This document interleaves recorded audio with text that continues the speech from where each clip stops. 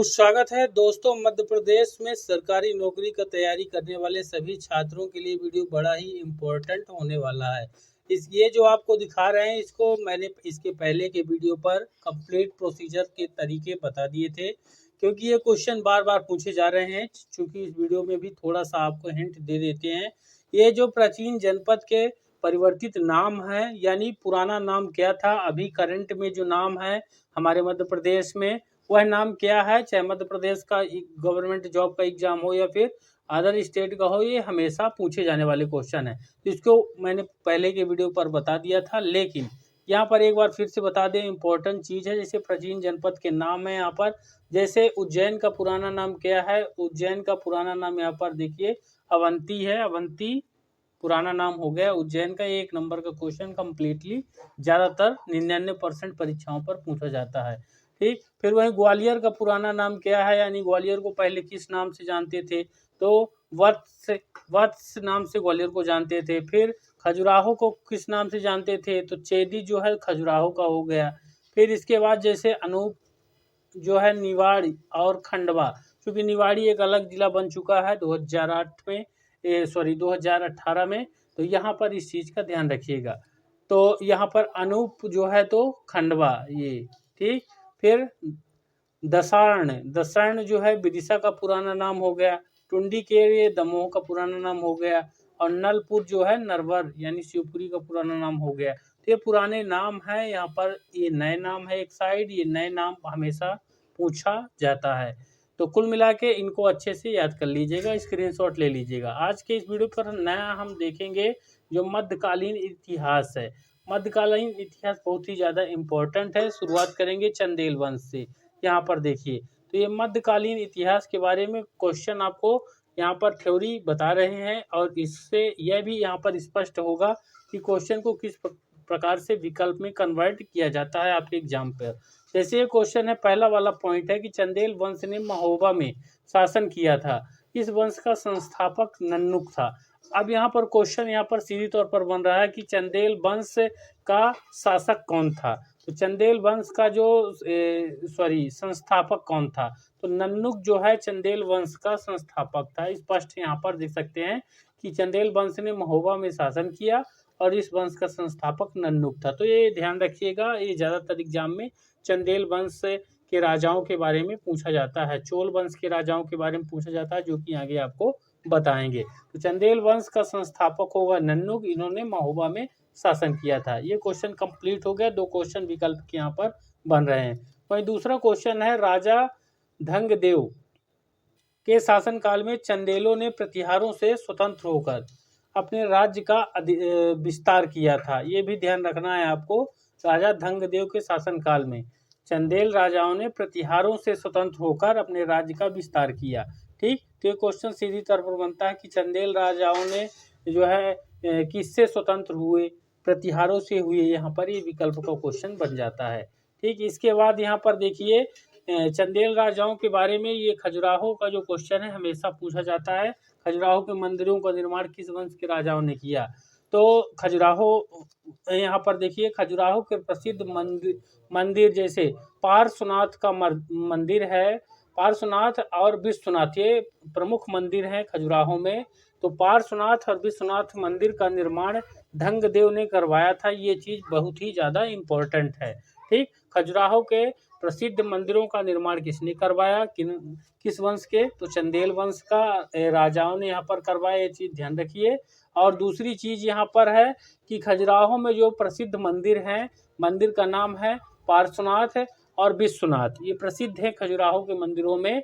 और इन मंदिरों का निर्माण करवाया था धंगदेव ने करवाया था। तो ये 4-5 क्वेश्चन एक लाइन के थ्योरी से आपके वस्तुनिष्ठ वाले बन जा रहे हैं। तो ध्यान रखिएगा, ये जो नाम है पार्श्वनाथ और विश्वनाथ, ये खजुराहो में मंदिर हैं। बहुत सारे मंदिर हैं, जिनमें से एक प्रमुख मंदिर हैं, और इन मंदिरों का निर्माण धंगदेव ने करवाया था। फिर उसके बाद जो है देखिए, अंतिम चंदेल शासक परमार्दी, ये चंदेल शासक अंतिम हैं। ये भी ध्यान रखिए कि चंदेल वंश के अंतिम शासक कौन थे। एक क्वेश्चन बन गया, तो उनका नाम था परमार्दी। परमार्दी को कुतुबुद्दीन ऐबक ने हराया। महोबा को अपने राज्य में मिला लिया। यानी यहाँ पर देखिए चंदेल वंश के जो अंतिम शासक थे परमार्दी और परमर्दी को कुतुबुद्दीन ऐबक ने जो लड़ाई हुई उसमें हरा दिया। कुतुबुद्दीन ऐबक ने हराया और महोबा को अपने राज्य में मिला लिया। ठीक, तो परमार्दी चंदेल वंश के अंतिम शासक थे जिसको कुतुबुद्दीन ऐबक ने हराया। तो ये चीज़ यहाँ पर 3-4 क्वेश्चन इससे बन गए। तो ये हो गया हमारा कंप्लीट चंदेल वंश, जो ये राजाएं हैं चंदेल वंश के, खजुराहो से संबंधित हैं। खजुराहो के बारे में क्वेश्चन जरूर आपसे पूछा जाएगा एग्जाम पर। ठीक, फिर चलिए यहाँ पर ये हम गोंड राजवंश का इतिहास देखते हैं। गोंड राजवंश जो इम्पोर्टेंट है, और यहाँ पर देखिए पहला बिंदु है कि यादव राय ने गढ़ा कटंगा में गोंड राजवंश की स्थापना की थी। तो ये क्वेश्चन सीधा सा बनता है कि गोंड राजवंश के अंतर्गत यादव राय ने कहाँ पर जो है राजवंश की स्थापना की थी, गोंड राजवंश की। तो इसका नाम है यहाँ पर गढ़ा कटंगा। यादव राय ने गढ़ा कटंगा में गोंड राजवंश की स्थापना की थी। ये विकल्प आसानी से बन रहा है। ठीक, फिर इसके बाद यहाँ पर देखिए गोंड राजवंश का सबसे प्रसिद्ध राजा कौन सा था, ये क्वेश्चन बन रहा है। तो गोंड राजवंश का सबसे प्रसिद्ध राजा संग्राम साय था। यहाँ पर ये ध्यान रखिएगा, राजा संग्राम साय, ये क्वेश्चन हमारा बन रहा है इस वाले टॉपिक से। फिर इसके बाद यहाँ पर देखिए अगला है अकबर के समकालीन गोंड राजवंश की शासिका रानी दुर्गावती थी। ये शायद आपको पता नहीं रहा होगा दोस्तों, ये नया चीज यहाँ पर है। ये जो गोंड राजवंश के रानी दुर्गावती फेमस हैं, इनको आप जानते हैं, लेकिन ये भी जानिए कि ये गोंड राजवंश की हैं।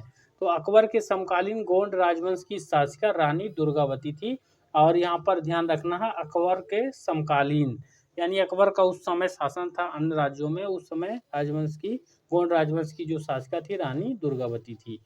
फिर इसके बाद देखिए मुगल सेनापति आसफ खां ने दुर्गावती को पराजित कर दिया था। ये मुगलों का सेनापति आसफ खां जो है, इसने रानी दुर्गावती को पराजित किया था। गोंड राजवंश की जो है शासिका रानी दुर्गावती थी अकबर के समकालीन, और उसको यहाँ पर आसफ खां ने दुर्गावती को पराजित किया था। तो ये हमारा गोंड राजवंश कंप्लीट हो गया। ठीक, अब हम देखेंगे बुंदेला वंश। बुंदेला वंश देखिए, बुंदेला वंश में यहाँ पर देखिए इम्पोर्टेंट चीज़ें हैं, जैसे कि बुंदेला वंश में आपके यहाँ पर 14वीं शताब्दी में बुंदेला वंश का उदय हुआ।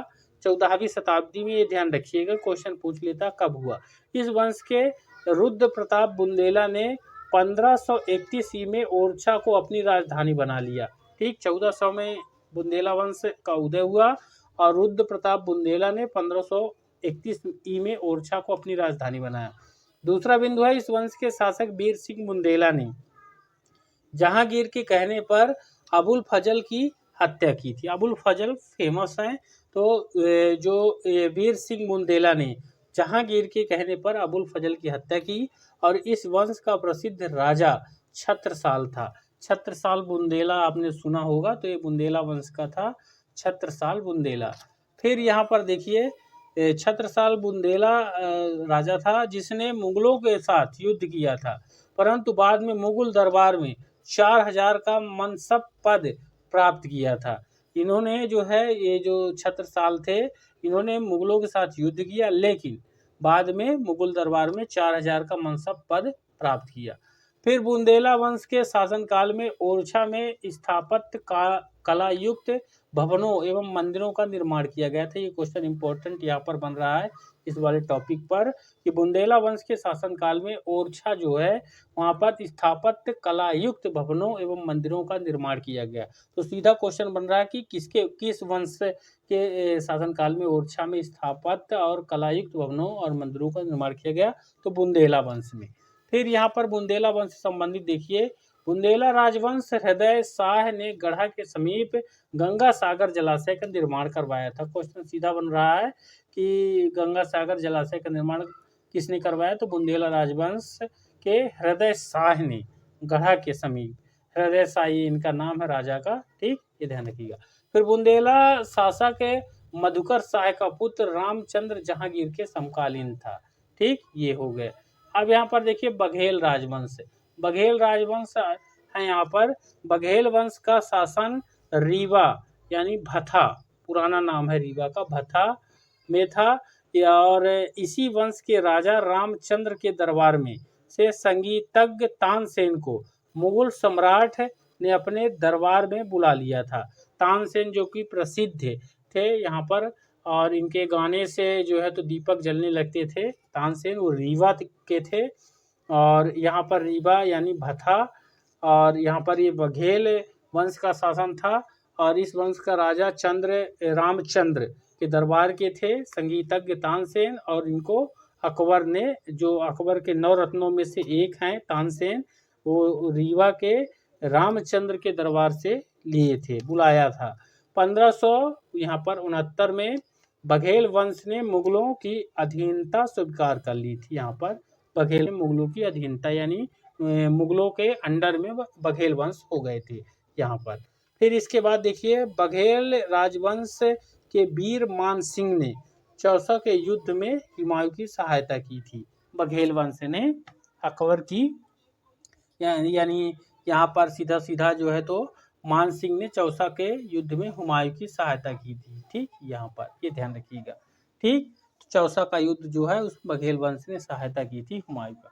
तो आज का ये वीडियो मुझे उम्मीद है आपके अच्छे से समझ में आ गया होगा सभी बिंदु, और वीडियो को लाइक जरूर करना है, इसको शेयर करना है, और अगर आपके पास कोई सुझाव है तो कमेंट बॉक्स में आप कमेंट करके अपनी राय भी बता सकते हैं। चैनल को सब्सक्राइब कर लेंगे ताकि अगला वीडियो यहाँ पर आपको मिले सबसे पहले।